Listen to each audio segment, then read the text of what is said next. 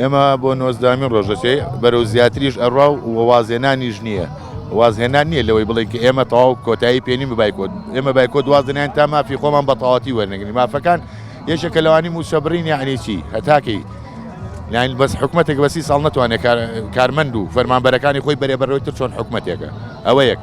بە نسبەت ئەوەی کە ئێمە سار بوو بێنیان ڕێژەمان کەم بێ کارمەندمان هەیە نەخۆشە کارمەندمان هەیە ئیشوکاری تایبەتی خۆی هەیە ئەجنا هەموو ڕۆژێک ئێمە لێرە کۆ ئەبینەوە هەتا ئەو کاتەی مافەکانمان وەرەگرن بە هیچ شێوەیەکی واز نایێنی ناو شاری سلێمانی هاتووی ناو شار کارمەندی لێنی ئەوە هیچ بڕوا ناکەم شوێنەکان مەگەر دەرەوەی شیان شوێنێک زۆر دوور بێ دەستی نەگاتە ئێرە ئەمە ئەو بەنسبەت ئەوەشەوە من کارمەندێکم لە ساڵی 91 مرورم 29 ساڵ خزمەتم هەیە